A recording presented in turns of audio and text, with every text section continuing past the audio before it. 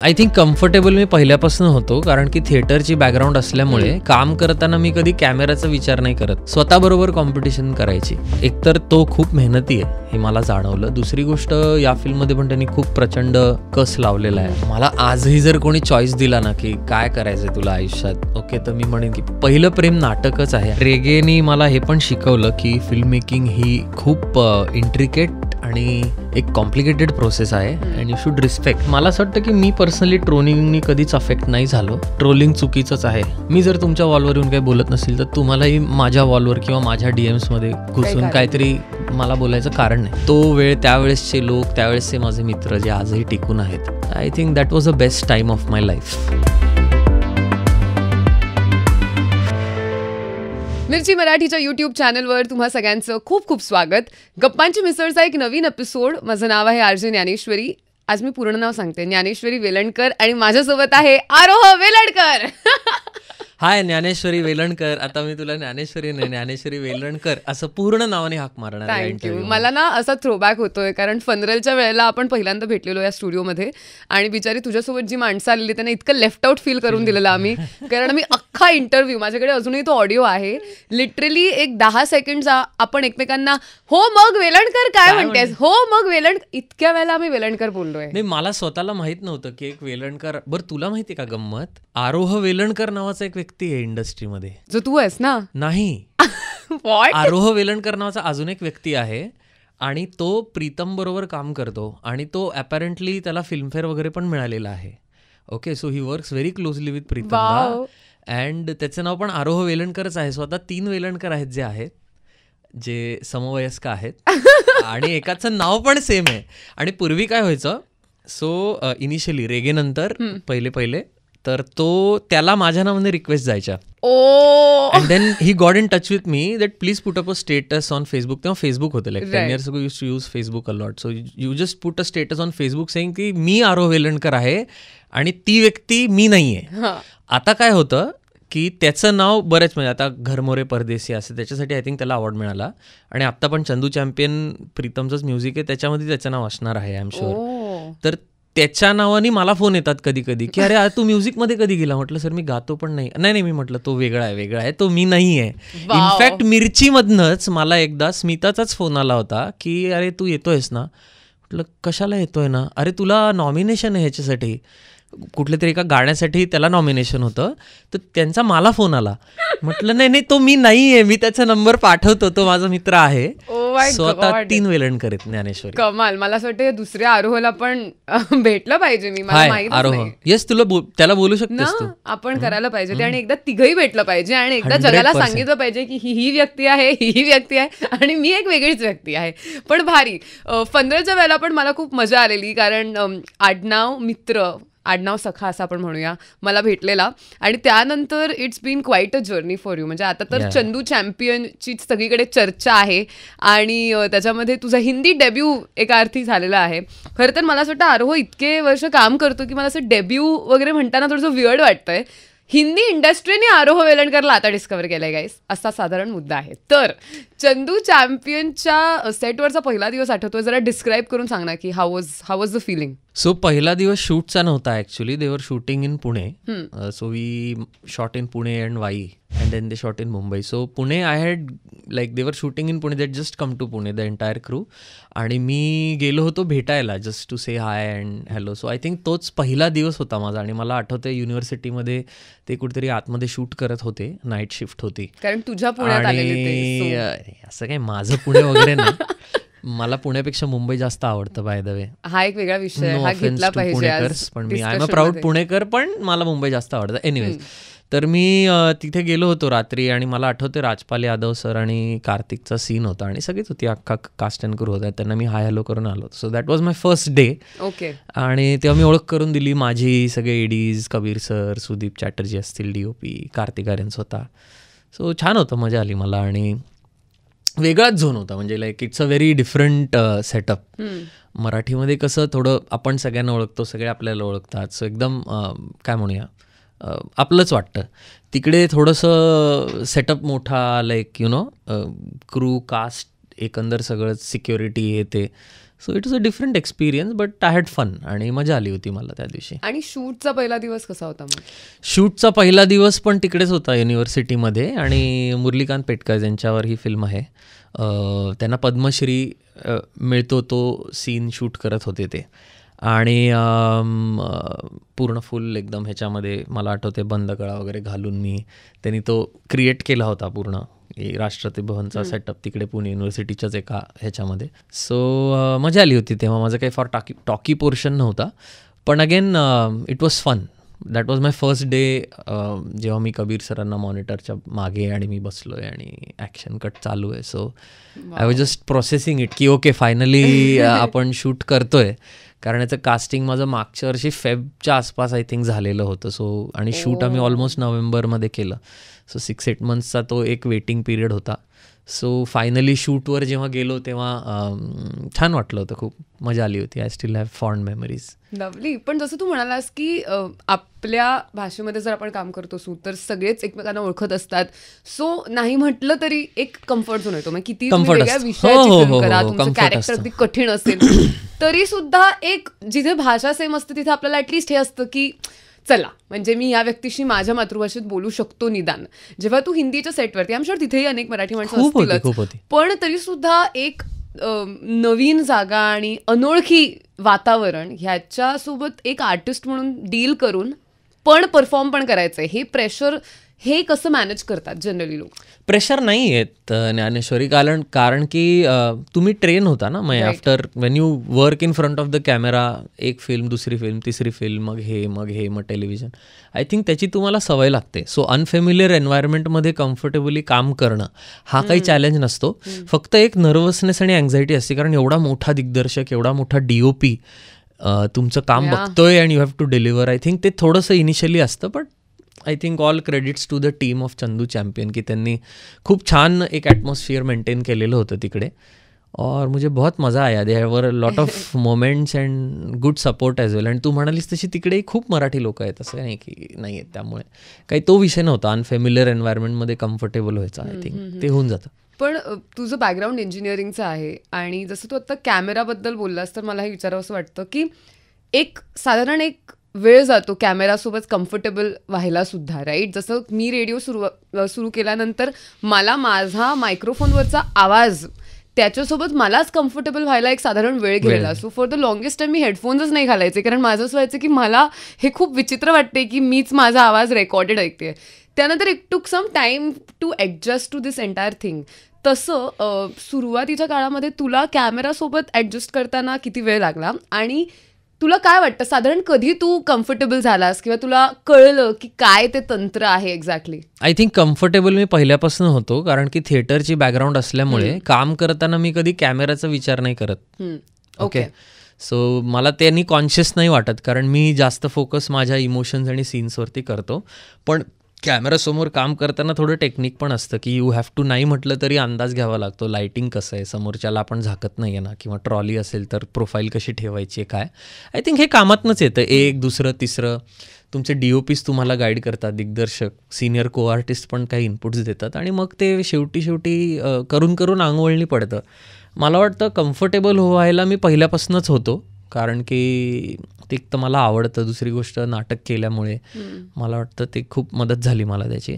पण हां, त्याचं जे टेक्निक आहे ते मी अजूनही शिकतोय. I think it's such a vast medium. True that. You cannot just learn it in say like 10-15 film. म्हणजे आत्ताही लोक इतकी वर्ष 30-30, 40-40 वर्ष काम करून पण शिकतातच आहेत, I think. So I am also learning. So every film is a learning experience for me, आणि त्याच्यातनं शिकायचं आणि पुढे जायचं. लवली. पण चंदू चॅम्पियन बद्दल आपण बोलतोय तर तुझा आणि कार्तिक आर्यनचा फोटो अनेक मीडिया आउटलेट्सने त्याच्यावरती बातम्या केल्या आहेत आणि तो सगळीकडे दिसतो. म्हणजे आता आरोह वेलणकर असं टाईप केल्यानंतर तो एक फोटो तर प्रकर्षाने ओव्हर इंटरनेट दिसतो. मला सांग की मी हे नाही विचारणार की कसा होता अनुभव विथ कार्तिक आर्यन, कारण आय एम शुअर की प्रत्येकासाठी छान असतो एकमेकांसोबत काम करण्याचा. पण असं असतं ना की आपल्या को आर्टिस्टला वाईट असलं तरी कोणी मला नाही वाटत की सांगेल की माझा अनुभव खूप वाईट होता, पण माझा जेन्युइनली चांगला होता. नाही, पण माझा जेन्युइनली चांगला होता. पण आपण आपल्या को आर्टिस्टना एक आपलं साधारण एक निरीक्षण पण सुरू असतं बघ, आणि कधी कधी आपण अशा गोष्टी ऑब्झर्व करतो जे आपल्याला गमतीशीर वाटतात किंवा काही कमाल पण वाटतात किंवा फॅसिनेटिंग वाटतात. तर कार्तिकला तू ऑब्झर्व केलंस का ऑन सेट, आणि अशी एखादी गोष्ट त्याच्याबद्दलची जी तू तुझी ऑब्झर्व केलीस? ऑब्झर्व असं नाही केलं मी, म्हणजे मुद्दाम नाही पण नकळत घडलं असं. हां, एकतर वयात पण आमच्यात काही फार फरक नाही आहे आणि बॅकग्राऊंड्स पण थोड्याफार, तोही इंजिनियर आहे, मी पण इंजिनियर आहे, त्यामुळे तो एक कम्फर्ट डेफिनेटली होता. हां, पण एकतर तो खूप मेहनती आहे हे मला जाणवलं. दुसरी गोष्ट, या फिल्ममध्ये पण त्यांनी खूप प्रचंड कस लावलेला आहे आणि आय थिंक म्हणजे तो कसा, काय म्हणूया, वावर कसा आहे त्याचा वगैरे, या सगळ्या गोष्टी बघत होतो मी आणि त्याच्याकडनं त्याचा साधेपणा शिकण्यासारखा आहे की त्याला तो असा माज किंवा ॲटिट्यूड वगैरे असं काही नाही आहे, तो आपल्यासारखाच आहे आणि ते मला खूप आवडलं. सो आय थिंक ही एक गोष्ट मी ऑब्झर्व केली त्याच्याबरोबर जे काय 12-14 दिवस शूटिंग केलं तेव्हा. राईट. आता चंदू चॅम्पियनमुळे म्हणजे हिंदी भाषिक अनेक लोकांना तू कळलास असं आपण म्हणूया, पण मराठीमध्ये काम होतच आलेलं आहे आणि खास करून नाटक, मला त्याच्याबद्दल बोलायचं आहे. कारण फिल्म्सबद्दल आपण बऱ्याच वेळेला बोलतो, पण मला असं वाटतं पुण्यामध्ये खास करून एक वेगळं कल्चर आहे, एक वेगळी चळवळच आहे नाटकाची. मग ते प्रायोगिक असेल, व्यावसायिक असेल, खूप एक्सपेरिमेंट्स आजही होतात. अनेक अशी नाटकं आहेत जी पुण्यात होतात, जी बघण्यासाठी तुम्हाला उठून पुण्याला जायला लागतं, कारण त्यांचं ठरलेलं आहे की आम्ही पुण्यातच करणार आहोत, आम्ही येणार नाही आहोत. नाही, असं नाही आहे. व्यावसायिक नाटकं तर सगळीकडे होतात, पण प्रायोगिक नाटकं फार पुण्यातली इकडे बाहेर येत नाहीत. सो पुण्यातली प्रायोगिक रंगभूमी आहे ती पुण्यातच आहे, त्याचे फार प्रयोग बाहेर होत नाहीत. सो तू जेव्हा नाटकं करत होतास तेव्हाचा थोडासा काळ मला डिस्क्राईब करून सांग की कशा पद्धतीची नाटकं त्यावेळेला होत होती, तू करत होतास, आणि काय तुला सगळ्यात जास्त खुणावत होतं रंगभूमीबद्दल की तुला वाटलं की नाटक करत राहावं? मला आजही जर कोणी चॉईस दिला ना की काय करायचंय तुला आयुष्यात, ओके, तर मी म्हणेन की पहिलं प्रेम नाटकच आहे. आणि कुठल्याही ॲक्टरला ज्यांनी नाटक केलंय किंवा कुठल्याही परफॉर्मिंग आर्टिस्टला तू जर विचारलं की व्हॉट डू यू प्रेफर, आपको क्या अच्छा लगता है, he will always say stage, because that is actors or artist medium.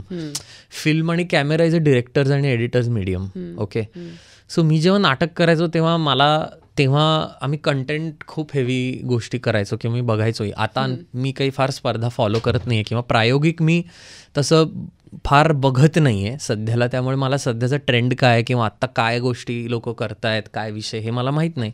पण तेव्हा आमचा फोकस हा असायचा की आपल्या आजूबाजूला जे चालू आहे किंवा आपल्याला काय म्हणावं असं वाटतं आता, त्याच्यावर काहीतरी आपण करावं.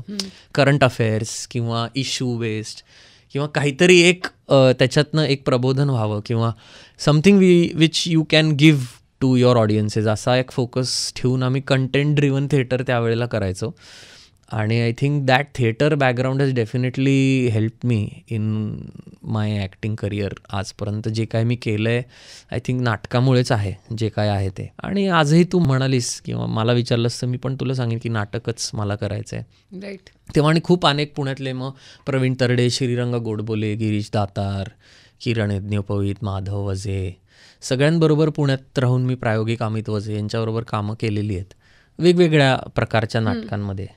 आणि काय नाही, फार I have best time of my life मला वाटतं तोच होता जेव्हा मी इंजिनिअरिंग करता नाटक करत होतो, एकांकिका करत होतो. तेव्हा मुंबईलाही येणं व्हायचं, शोज व्हायचे, कधी नगरला, कधी पाली, मग बीड, मग मुंबई, मग पुणे.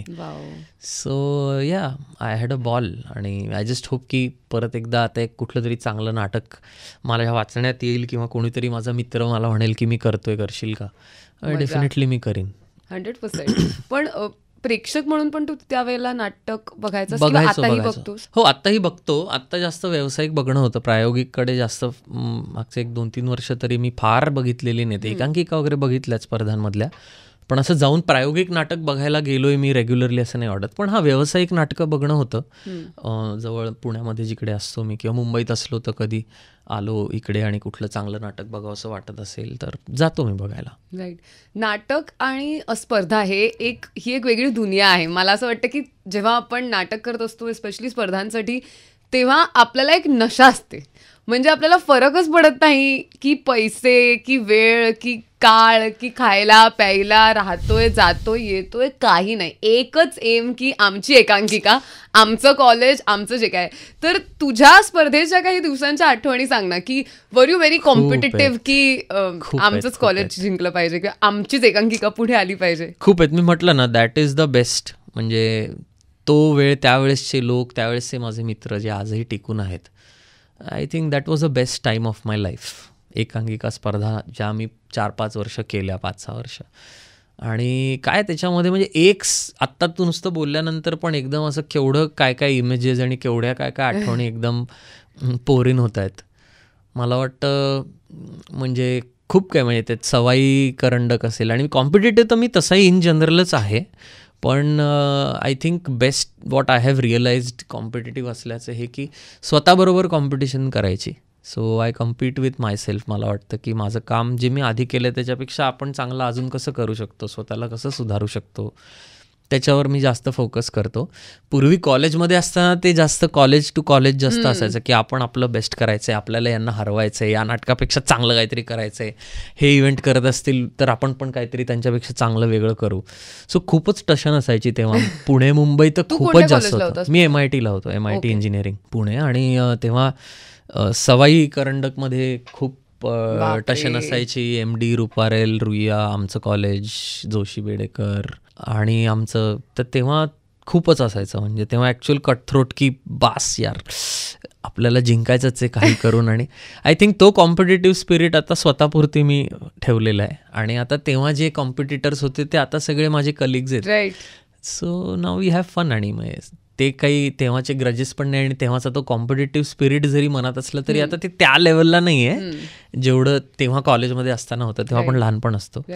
तुमच्या कॉलेजचं असं काही स्लोगन होतं का, जसं की रुईयाचा आहे RUIA, रुईया रुईया वगैरे, आणि साधारण बक्षीस समारंभांमध्ये एखादी कॉम्पिटिशन झाल्यानंतर एक साधारण हे कॉलेज आणि ह्यांचं स्लोगन आणि ते कॉलेज आणि त्यांचं स्लोगन आणि एक वेगळी एनर्जी इथे महाराष्ट्र स्लेजिंग वगैरे तर खूप व्हायचं. चेअरिंग करताना असं काही नाही, आम्ही दरवर्षी आमचं एक काहीतरी ठरवायचं. जसं फॉर एक्झाम्पल ज्यावेळेला पहिली माझे करंडक विनिंग एकांकिका होते तेव्हा आम्ही बरं असंच ठेवलं होतं की आम्ही सगळ्यांचे टी-शर्ट आणि स्वेटशर्ट्स, तेव्हा आमच्यावर खूप टीका झाली होती कारण काही भरपूर गोष्टींमुळे, तर आम्ही आमच्या टी-शर्ट्सवर आणि इन जनरल सगळीकडे बरं एवढंच लिहायचो आणि एक एक्सक्लेमेशन मार्क. तर काही असंही नव्हतं. पण जेव्हा सार्कास्टिक आहे पण हे नुसतं म्हणजे जो कोण वाचेल त्याला जे मनात जे काय वाटते त्याला तेच उत्तर. बरं ओके, तू म्हणालास आम्ही भारी, बरं तू म्हणालास तुम्ही भारी, बरं वॉट एव्हर जे काय असेल ते. आणि स्लेजिंगला तर आमचे ठरलेले असायचे. म्हणजे जर नॉन इंजिनिअरिंग कॉलेज असेल कुठलं तर मग आम्ही प्लेसमेंट किती आणि बोलताय किती असं म्हणायचं. म्हणजे एक जण म्हणायचा प्लेसमेंट किती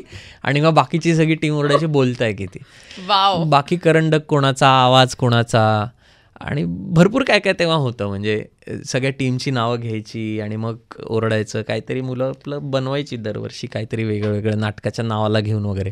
आणि दोज वर द डेज यार. क्रेझी आहे. मला पण एकदम मी अशी कॉलेज झोनमध्ये गेले. म्हणजे मी HR कॉलेजला होते तिकडे इतकं कल्चर नव्हतं नाटकांचं. तिथे एकदम डान्स आणि हिपहॉप आणि मल्हार फेस्टिवल आणि मूड इंडिगो वगैरे हा झोन होता.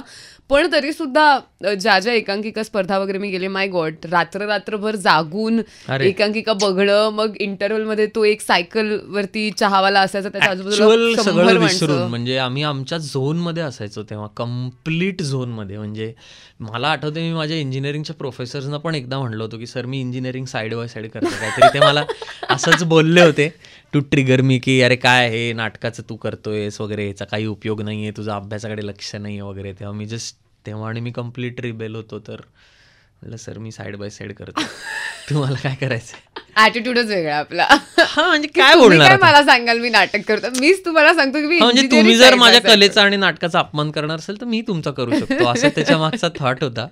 कमाल. पण मला सांग की ह्या सगळ्या इनिशियल कॉलेज किंवा एकांकिकांच्या दिवसांमध्ये अशी कोणती माणसं होती आरोह ज्यांनी नवीन नवीन गोष्टींची तुझी ओळख करून दिली? मग ती पुस्तकं असतील, एकांकिका असतील, विषय असतील, विचार असतील, काही. म्हणजे आपण एक आपल्या कम्फर्टेबल कुटुंबात आणि आपल्या घरचे जे बघतात त्याच्यात असतो. मग काही माणसं येतात आणि आपलं असं होतं की अच्छा असं पण काही असतं. माझे रायटर्स आणि डिरेक्टर्स त्या काळातले जे कोण होते आय थिंक त्यांनीच मला या सगळ्या गोष्टींची, कविता, मराठी कविता, नाटकं याची आवड लावली.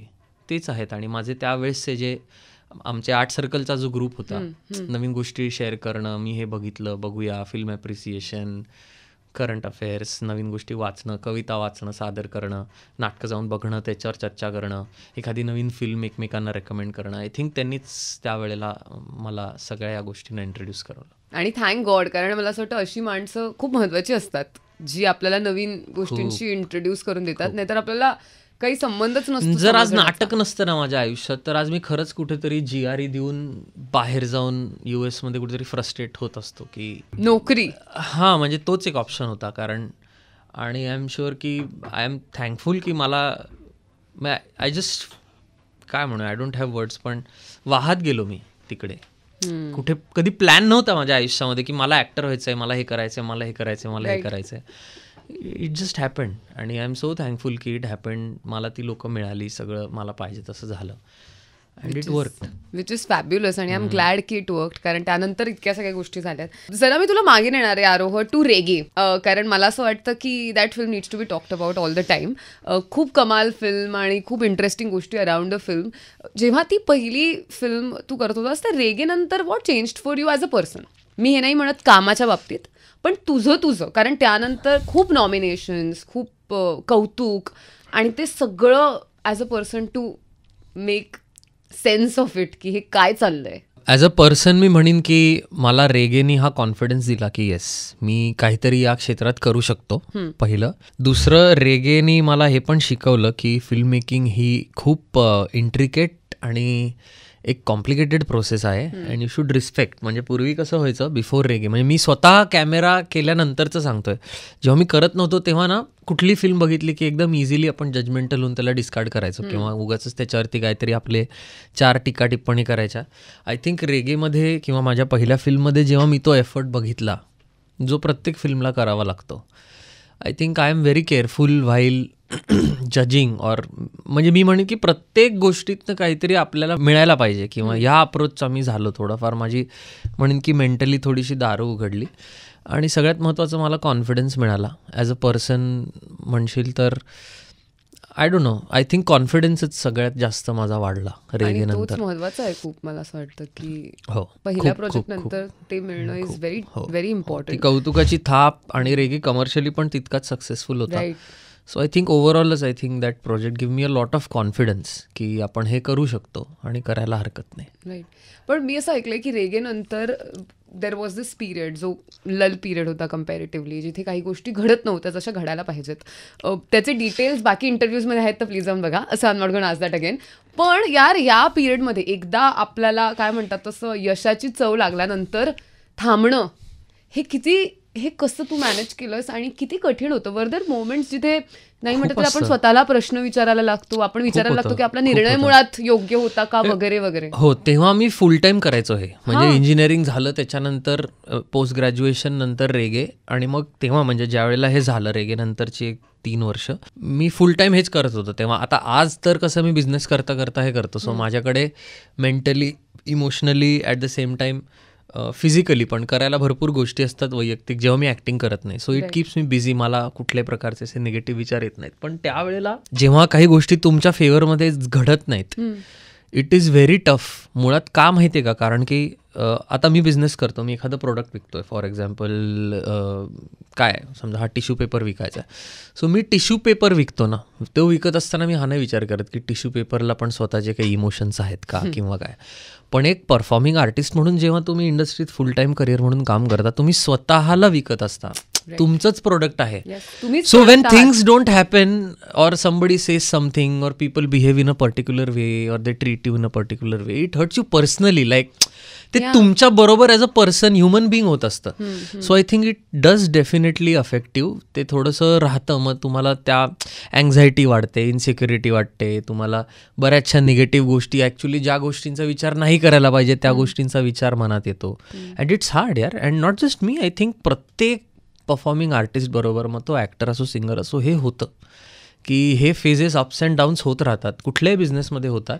आय थिंक इकडे ते जास्त पर्सनली मला का वाटतं हिट करतं, कारण की तुम्हीच एक प्रोडक्ट असता. Like people are directly doing to you. कळलं तुला? मध्ये काही अशी एक वॉल नाही आहे.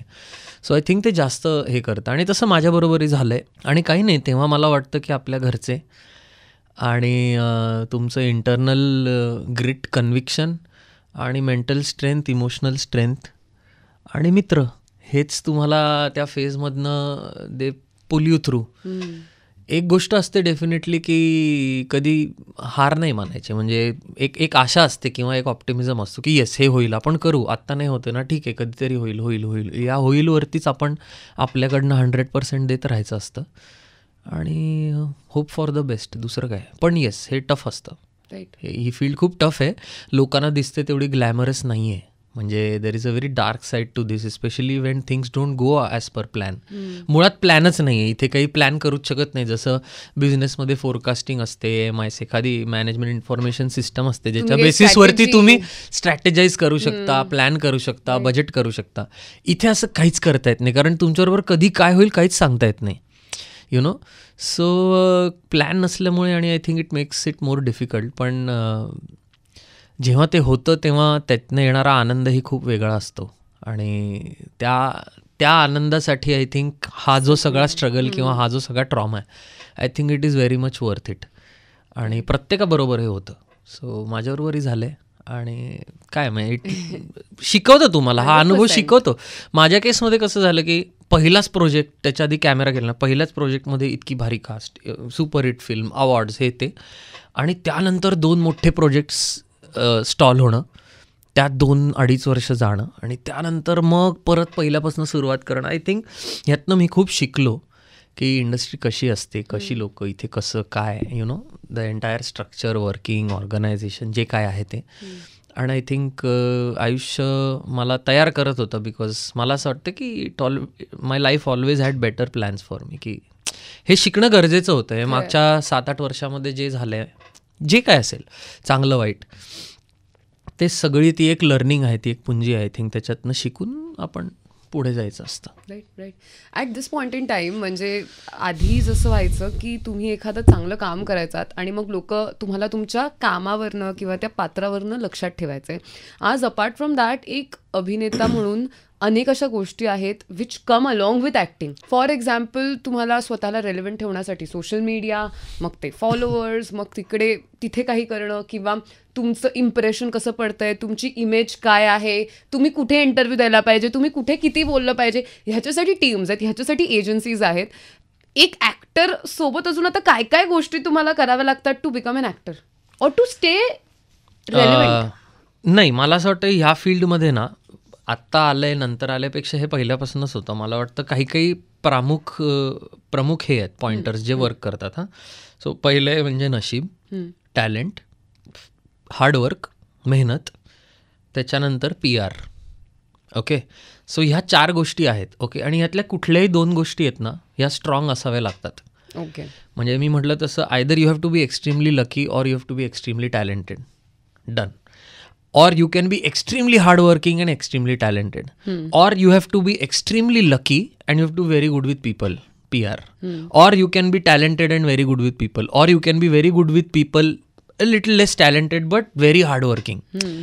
तर ह्या 4 पैकी कुठल्या तरी 2चं कॉम्बिनेशन असतं ना, ते स्ट्रॉंग लागतं आय थिंक. आणि मग त्यानुसार तुम्ही पुढे जाऊ शकता.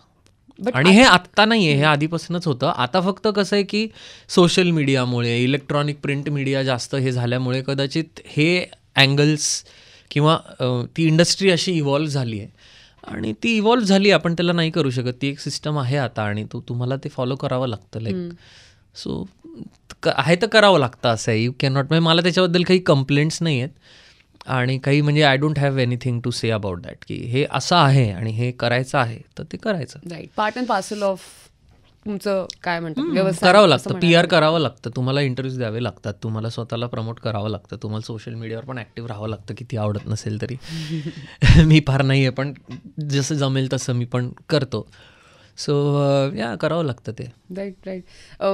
I have to mention at least Bigg Boss, कारण मला असं वाटतं की तो एक पिरियड होता जेव्हा तू त्या घरामध्ये होतास, जे अत्यंत, माझ्या दृष्टीने अत्यंत चॅलेंजिंग टास्क आहे तो इमोशनली. म्हणजे तुम्ही फिजिकली किती स्ट्रॉंग आहात, किंवा तुम्ही आधी किती. तू का नाही जात ज्ञानेश्वरी बिग बॉस मध्ये? हा विषयच नाही आहे. तू तिकडे जाऊन छान छान बोललीस तर लोकांना आनंद होईल. जाऊ दे, कोणी बघत असेल तर बघा. एक मला बिग बॉस साठी आईची परमिशन जर मला मिळत असेल तर माहित नाही. पण यार, जेव्हा तू घरात होतास, म्हणजे मी तो सीझन पूर्ण फॉलो केला होता, आणि मला असं वाटतं की तुझं असं झालेलं तिथे की कधी कधी असं वाटतं की लोक इतकी विचित्र रॅन्डमली का वागतायत. हाच मुळात तुझ्या चेहऱ्यावरती मला प्रश्न दिसायचा की म्हणजे असं कोण करतं? Are you mad? सवयच नाही ना, काही गोष्टींची सवयच नाही आपल्याला. राईट. सो त्या अख्ख्या त्या पॅच नंतर पुन्हा एकदा तुला तुझ्या भावनांना मॅनेज करणं ह्याच्यामध्ये किती वेळ गेला? आणि लुकिंग बॅक बिग बॉस काय होतं तुझ्यासाठी?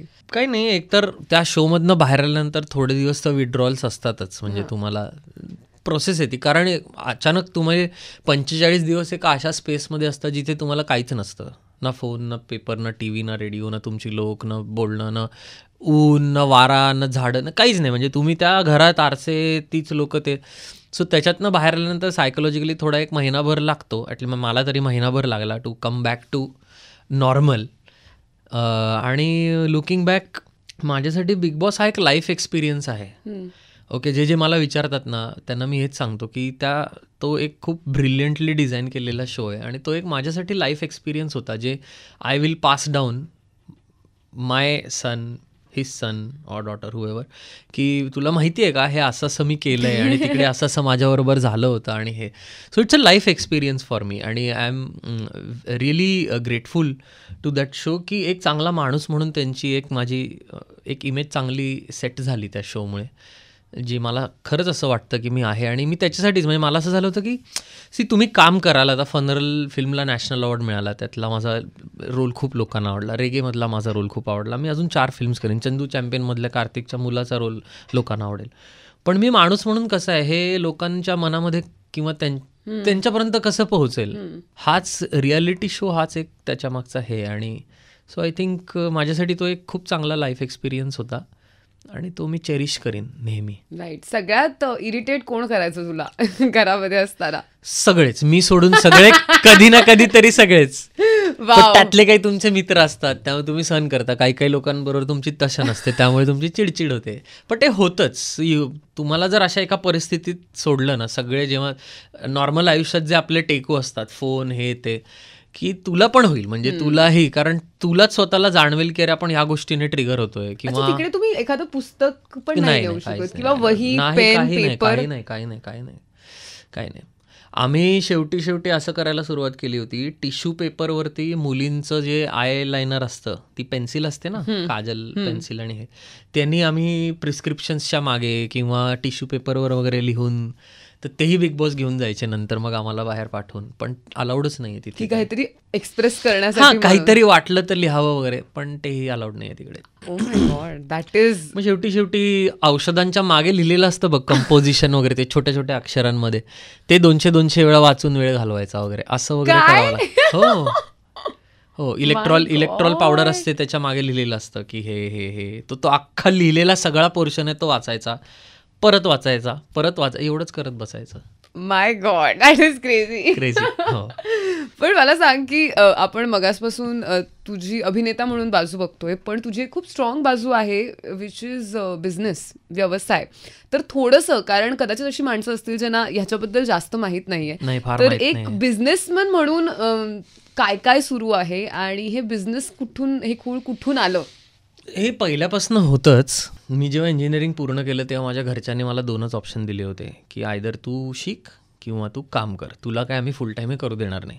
तेव्हा मग मी वर्क अराउंड म्हटलं ठीक आहे, पोस्ट ग्रॅज्युएशन करू. म्हणून मी ॲक्च्युली नाटकासाठी PGला ॲडमिशन घेतली. मला PG मनापासून करायचंच नव्हतं. सो ते रेगेनंतर मग माझं अर्धवट राहिलं. त्यानंतर मी 3-4 वर्ष करून बघितलं इंडस्ट्रीमध्ये. मला असं जाणवलं की अरे माझी स्वप्न खूप मोठी आहेत आणि कदाचित मला पूर्ण वेळ फक्त ॲक्टिंग करून मला पाहिजे तसं जगता येईल का नाही, असा एक प्रश्न होता. आणि माझ्याकडे एक स्ट्रॉंग फॉलबॅक ऑलरेडी होता. तर मी म्हटलं की वाय नॉट, आपलं स्वतःचंच जर असेल तर तिकडे राहून पण जर आपल्याला ही स्पेस मिळणार असेल की yes you can do acting and you can also be a businessman, then why not. So मग मी ते ठरवलं. आता 4 वर्ष झाली मला वाटतं की मी बिझनेस करतो, दोन्ही गोष्टी करतो. सोडलेलं काहीच नाही आहे. मी तेव्हाही सोडलेलं नव्हतं, माझं मी असायचो थोडंफार. फक्त आता कसं मी ऑफिसला जातो, लाईक टार्गेट्स घेतो, देतो, लोकांना ड्राईव्ह करतो, टेक्निकल गोष्टी बघतो, वाचतो, टेस्टिंग करतो, फिरतो.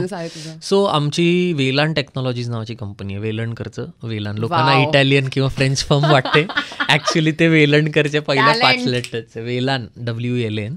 आणि आम्ही काही निश मार्केट्समध्ये, स्पेशली रिसर्च अँड डेव्हलपमेंट जिकडे होतं तिकडे सेन्सर्स आणि सिस्टम्स विकतो. सो हां, टेस्ट अँड मेजरमेंट सेन्सर्स आणि त्याच्याबरोबर लागणारे डेटा ॲक्विजिशन सिस्टम्स वगैरे आम्ही विकतो. आणि कन्सल्टन्सी वगैरे पण खूप करतो, T&C प्लस. सो आणि NVH म्हणजे साऊंड व्हायब्रेशन आणि अकोस्टिक्समध्ये आमचं खूप काम आहे. Wow. That is our forte. पण असं होतं का की बिझनेसमध्ये मी आरोह वेलणकर ऍक्टर पण आहे म्हणून मला दोन्हीकडे फायदा होतो. म्हणजे कसं होतं माहिती का, की ज्यांना माहिती आहे ना माझी बिझनेस साईड, ते माझ्याकडे एका वेगळ्या पर्स्पेक्टिव्हने आपल्या इंडस्ट्रीत बघतात. राईट. आणि बिझनेसमध्ये जे लोक मला ओळखतात तर एक मार्केट रिकॉल असतो 100% की people get associated very quickly. म्हणजे अगदी at the most senior level जर एखाद्याने फिल्म बघितली असेल किंवा त्याला जर आवडत असेल, त्याला जर कळलं की अरे मी ॲक्टिंग पण करतो, ही एकदम लगेचच अरे क्या बात आहे काय मग. So there is a very big market recall to that. So I think it works both veg.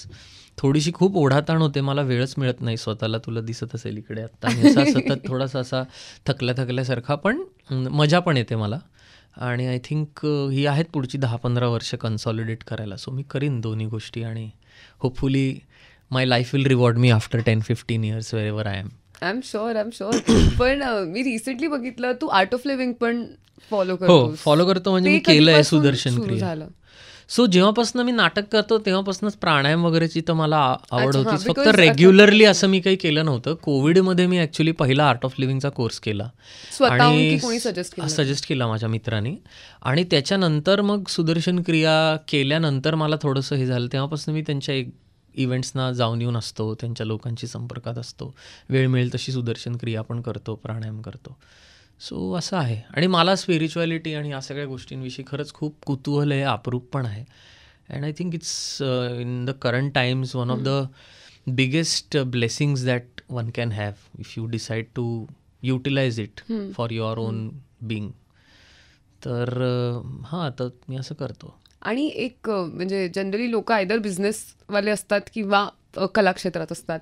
So मी असा प्रश्न विचारला असतो की कलाकार म्हणून तुम्हाला त्याचा किती फायदा झाला किंवा त्याचे काय परिणाम वाटत आहेत. आता तुझ्यामध्ये दोन्ही गोष्टी आहेत, तर तुझ्यातल्या बिझनेसमॅनला या स्पिरिच्युअलिटीचा किती फायदा होतो, तुझ्यातल्या कलाकाराला या स्पिरिच्युअलिटीचा किती फायदा होतो? अप्रोचच बदलतो ज्ञानेश्वरी, माहिती आहे का तुला. म्हणजे ज्या छोट्या छोट्या गोष्टींमध्ये, म्हणजे आता 23 लोक आहेत आमच्याकडे, 23-25 लोक. तर जेव्हा त्यांना मी ऑब्झर्व करतो ना, ज्या गोष्टींचा त्यांना त्रास होतो किंवा ज्या गोष्टी त्यांना ट्रबल करतात आणि त्या मला नाही करत, आणि मला त्या कशा ओव्हरकम करायच्या हे मला वाटतं की मला नाटकाने आणि नाटकाच्या स्पिरिच्युअल प्रोसेसनी आणि ह्या सगळ्या गोष्टींनी, स्पिरिच्युअलिटी आणि इन जनरल सुदर्शन क्रिया वगैरे असेल, आय थिंक ह्यांनी तुमचा अप्रोच बदलतो. तुमची काही अशी या डायमेन्शन्स अनलॉक होतात की जी सांगून तुला नाही कळणार. किंवा एखाद्याला मी सांगितलं तर त्याला वाटेल अरे हा काय असं बोलतोय, असं काही नसतं. पण ते असतं. ते तुम्ही जर करून बघितलं तरच तुम्हाला कळेल. म्हणजे it takes you or elevates you emotionally and mentally to a state which genuinely feels like हे काहीतरी वेगळं आहे आणि तुम्हाला त्याच्यातनं खरंच काहीतरी सापडतं स्वतःबद्दल.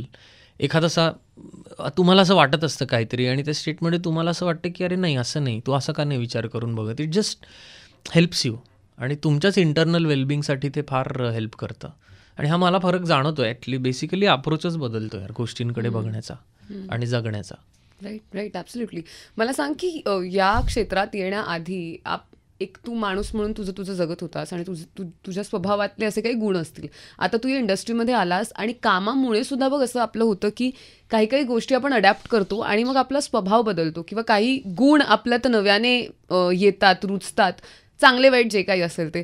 तर इंडस्ट्रीमध्ये आता जो काही अनुभव तू घेतला आहेस, मग तू TV असेल किंवा नाटक असेल किंवा फिल्मसुद्धा असतील, तुझ्या स्वभावामध्ये कोणत्या गोष्टींची ॲडिशन झाली असं तुला वाटतं की माझा स्वभाव असा नव्हता पण आता मी हेही. फॉर्च्युनेटली माझ्यात असा काही बदल झालेला मला वाटत नाही. एक जर निगेटिव्ह बदल झाला असेल तर तो असा असेल की जसं मी म्हटलं तसं तुला की पर्सनली ह्या क्षेत्रात काम केल्यानंतर it takes a toll on you. मला असं वाटतं की थोडीशी अँझायटी माझ्यात थोडीशी वाढली आहे का काय लास्ट 8-10 yearsमध्ये, जी आधी फार एवढी नव्हती पण आता थोडीशी ती मला वाढल्यासारखी वाटते. चांगलं काय वाटतं तर मी खूप लोकांना भेटलो, खूप लोकांशी बोललो आहे, खूप ह्युमन रिसोर्स खूप बघितला आहे आणि अनुभवला आहे. आय थिंक त्यामुळे I know how to deal with people. Probably तो एक चांगला माझ्यात बदल पडला आहे. बाकी ओव्हरऑल मोठी मला नाही वाटत. मला तर अजूनही वाटतं मी तसाच आहे, जसं आम्ही 15 वर्षापूर्वी होतो तसाच मी आत्ता आहे. चांगली गोष्ट आहे ही तसं बघायला गेलं तर. मी सगळ्या गेस्टना हा प्रश्न विचारते की काम करताना आपली अशी काही ठराविक मूल्य असतात. मूल्य हा खूप मोठा शब्द वाटेल, पण अगदी बेसिक गोष्टी असतील. फॉर एक्झाम्पल अमुक गोष्ट मी अशीच करतो किंवा करते, आणि मग ते कोणतंही माध्यम असो, त्या गोष्टी आपल्या कॉन्स्टंट राहतात, कारण दोज डिफाईन यू. तर तुझ्या बाबतीत आरोह अशा कोणत्या कोर व्हॅल्यूज आहेत किंवा असे कोणते एथिक्स आहेत ज्याच्यासोबत तू जनरली तडजोड करत नाहीस? ऑनेस्टी, मला त्याच्याशिवाय नाही चालत. ऑनेस्टी, सिन्सिअरिटी आणि हार्डवर्क. आय थिंक 3 गोष्टी आहेत ज्या मला असं वाटतं की पर्सनली मी, म्हणजे एक कुठलीही गोष्ट आणि त्याला पॅशनची जोड असेल तर कुठली गोष्ट, म्हणजे अगदी तुम्ही घरातल्या पांघरुणाची घडी जरी घालत असाल तरीसुद्धा ते पण खूप पॅशनेटली आणि तुम्ही सिन्सिअरली करायला पाहिजे. मला वाटतं ह्या 3 गोष्टी आहेत ज्या मला डिफाईन करू शकतात, जे मी पर्सनली फॉलो करतो. म्हणजे मला हाफ हार्टेड काय, मी आयदर करीन तर ते असं करीन की मग I will put my heart and soul into, नाहीतर मग मी नाही करणार. सो मी ग्रेमध्ये नसतो या बाबतीत लाईफमध्ये. आणि मग त्या गोष्टींमध्ये स्पेशली मग मी खोटं बोलून मला नाही आवडत की कोणाला तरी उगाच फसवून मॅनिप्युलेट करून डिप्लोमॅटिक राहून, ते मला नाही जमत. So I think honesty, sincerity, मग जे पण मी करीन मग ते कसंही असलं तरी मी चांगलंच करीन. आणि मग ठरवल्यावरती त्याच्यामध्ये पूर्ण 100% मेहनत करणं पॅशनेटली. थिंक या गोष्टी मी फॉलो करतो. इंटरेस्टिंग. मगाशी आपण एक मुद्दा अर्धवट सोडलेला, दॅट इज पुणे आणि मुंबईचा. तर मला असं वाटतंय की मी हे विचारलंच पाहिजे की दोन्ही शहरं, अर्थातच एक म्हणूया जन्मभूमी, एक कर्मभूमी, किंवा आता तर दोन्ही कर्मभूमी आहेत एका अर्थी. तर पुण्याने काय दिलं, किंवा तुझ्यात पुणे किती आहे, तुझ्यात मुंबई किती आहे, आणि तू जो हा दावा केलायस की मुंबई तुला जास्त आवडतं, त्याच्याबद्दल तुझं काय म्हणणं आहे? सो पुणे आता कर्म जन्म दोन्ही आहे आणि मुंबई कर्मभूमी आहे. तर पुण्याने मला काही दिलं असेल तर आय थिंक माझी वाचा, एक कितीही नाही म्हटलं तरी एक स्वभाव असतो एक पुण्याच्या माणसाचा, एक तुम्ही लगेच ओळखा, अरे हा आहे थोडा पुण्याचा आहे, ह्याचं बोलणं वागणं थोडेसे काही इडियम्स आणि वाक्प्रचार आहेत. सो आय थिंक ते मला पुण्याने दिलंय. आणि थोडासा आळस पण मला पुण्याने दिलाय. पुणे खूपच निवांत वाटतं मला मुंबईच्या कंपॅरिझन मध्ये, खूप निवांत आहे. म्हणजे मुंबईमध्ये आल्यानंतर असा जो माणूस असा असतो ना सतत, चला काम करू, सकाळी उठू, यांना भेटू, हे करू, पुण्यात गेल्यावरती असं करू, बघू, आरामात, पाहिजे तेव्हा निवांत. आय थिंक ते एक आहे जे मला नाही आवडत, म्हणून मला मुंबई जास्त आवडते. कारण इकडे आल्यावरती मला एकदम जास्त एनर्जेटिक वाटतं. मला या सिटीची वाईब आवडते, यु नो. सो इथे खूप एनर्जेटिक वाटतं, म्हणून मला मुंबई जास्त आवडते. आणि मुंबईने तेच मला एनर्जी दिली आहे. आणि दुसरं एक दिलं आहे मुंबईने, म्हणजे तुम्हाला इन्फिरियर फील करवते Mumbai. And it's a motivating factor. म्हणजे तुम्हाला असं वाटत असतं पुण्यातून आल्यावरती की अरे आपण कोणीतरी आहोत, पण मुंबईत आल्यावर कळतं की अरे आपण कोणीच नाही होत आणि आपल्याला अजून किती करायचं आहे. सो आय थिंक हे वियर्ड मोटिवेशन पण मला मुंबईने खूप दिलं आहे आणि एनर्जी दिली आहे, म्हणून मला मुंबई जास्त आवडतं. आणि पुणे आवडतं कारण माझं घर तिकडे आहे, मी तिकडे जन्मलो आहे. सो पुणे सोडू तर शकतच नाही कधी. सो पण मुंबई जास्त आवडतं मला, कारण इकडे राहायला आवडतं. मी राहिलो आहे 7 वर्ष. So I think I love this city. Lovely. मला तो पॉईंट खूप आवडला, which is very true point. मला असं वाटतं की जी माणसं मुंबईची आहेत त्यांना सुद्धा हे रिअलायझेशन बऱ्याच वेळेला हे शहर करून देतं की अरे अजून बरेच आहेत, तर तुम्ही बघा, म्हणजे तुम्ही म्हणजे हे सतत वाटत असतं. इनसिग्निफिकंट करते तुम्हाला मुंबई, म्हणजे तुम्हाला असं फील करते प्रत्येक पॉईंटला की तू कोणीच नाही आहेस आणि तुला अजून खूप आयुष्यात काहीतरी अचीव्ह करायचंय. सो हे फिलिंग सतत मला मुंबईमध्ये येतं आणि I think that motivates me. Which is nice. आरोह, तू आता जितकं काम केलंयस त्याच्या बेसिसवरती इंडस्ट्रीमधले तुला अनेक अनुभव आले असतील, पण अशा कोणत्या गोष्टी आहेत ज्याचे तू कानाला खडे लावलेस की बाबा अनुभवाच्या अंती ह्या गोष्टीबद्दल मी कानाला खडा लावला? तेच म्हटलं ना, मला डिसऑनेस्टी किंवा डिप्लोमॅटिक राहणं, किंवा आता फॉर एक्झाम्पल एखादा माझा मित्र आहे जो फिल्म करतो आणि त्या फिल्ममध्ये ऑलरेडी कास्टिंग झालंय, मला माहिती आहे, तर मग मी उगाचच तिकडे माझे प्रयत्न नाही चालू ठेवणार की अरे कर, बघ, त्याला कशाला घेतोय, मला घे वगैरे. हे अशा गोष्टी मला नाही करता येत. सो हे अशा अनडिग्निफाईड आणि अनएथिकल गोष्टी लोक करतात.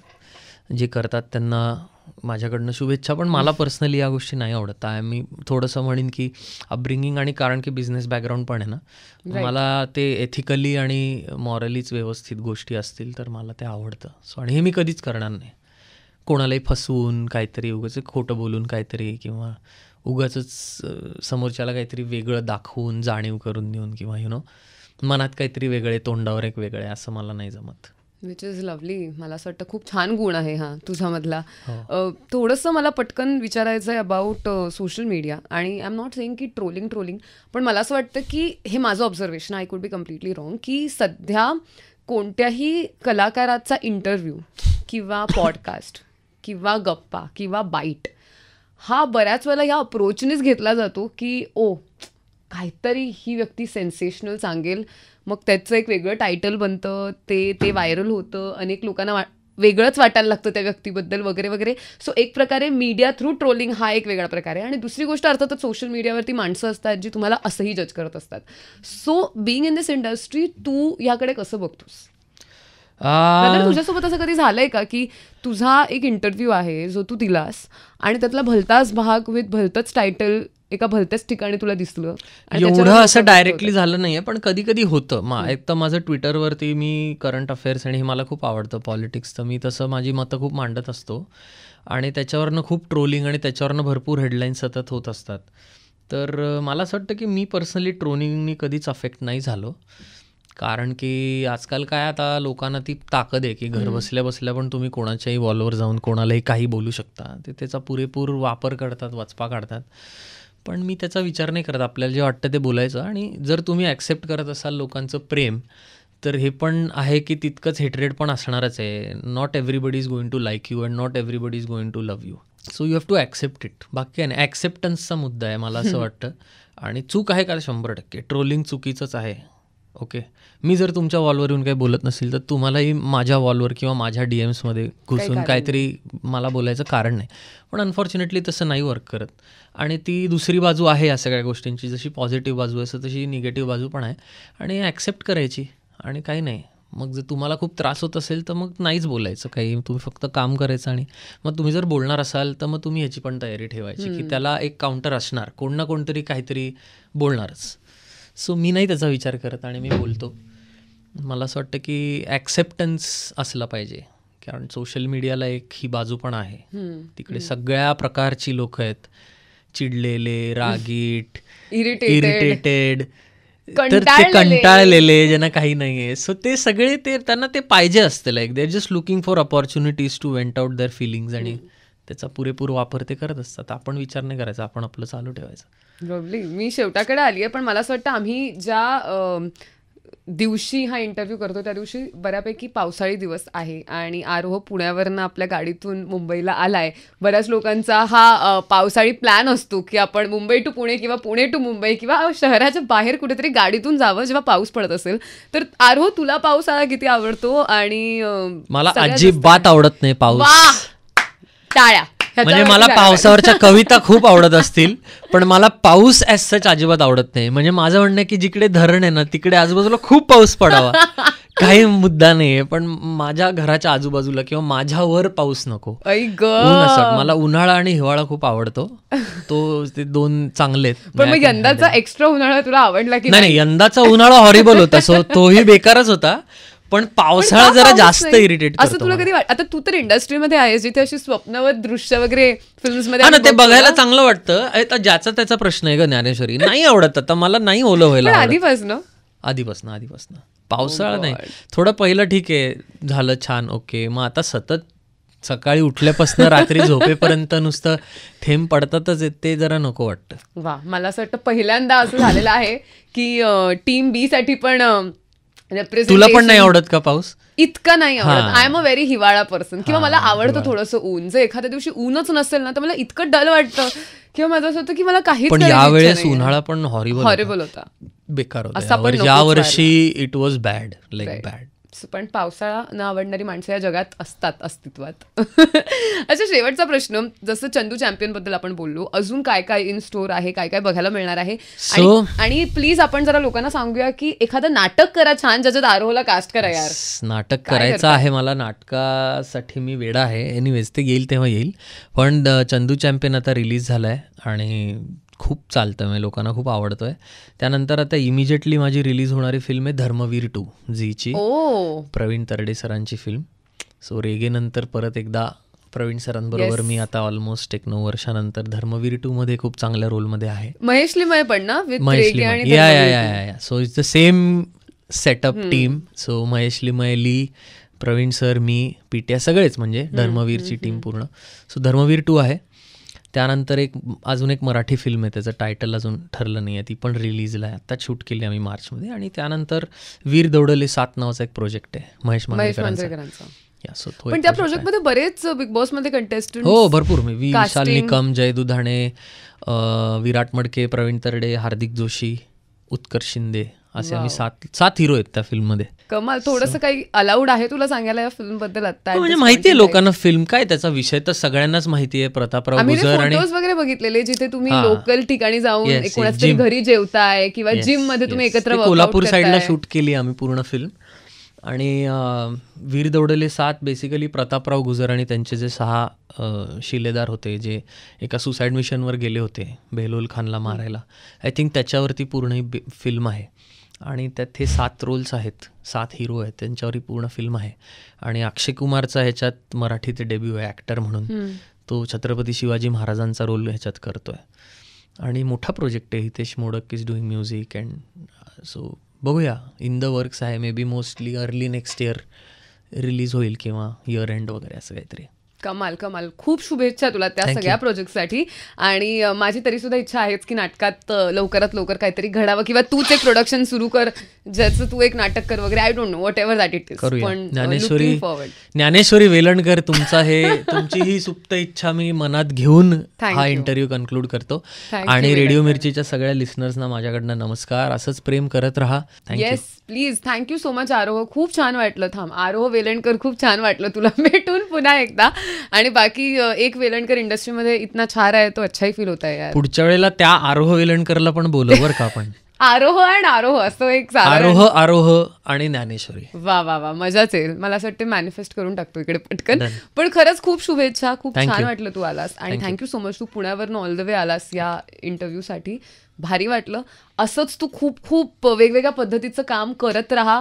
तुझा बिझनेस सुद्धा खूप छान चालू देत. आणि मला असं वाटतं की या 2 गोष्टी करणारा एक कलाकार एक वेगळ्या पद्धतीने, नाही म्हणतात तर त्याच्याकडे बघण्याचा दृष्टिकोन पण बदलतो. आणि मला असं वाटतं त्याचा पण अप्रोच ॲज अ माणूस बदलतो. So it's a great thing की तू 2 गोष्टी इतक्या छान पद्धतीने मॅनेज करतोयस. त्यासाठी तुला शुभेच्छा. थँक्यू. बाकी काय, पावसाळा नको आपल्याला.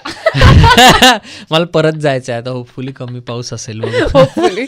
Thank you so much Aroh. Thank you so much. Bye bye. Bye bye.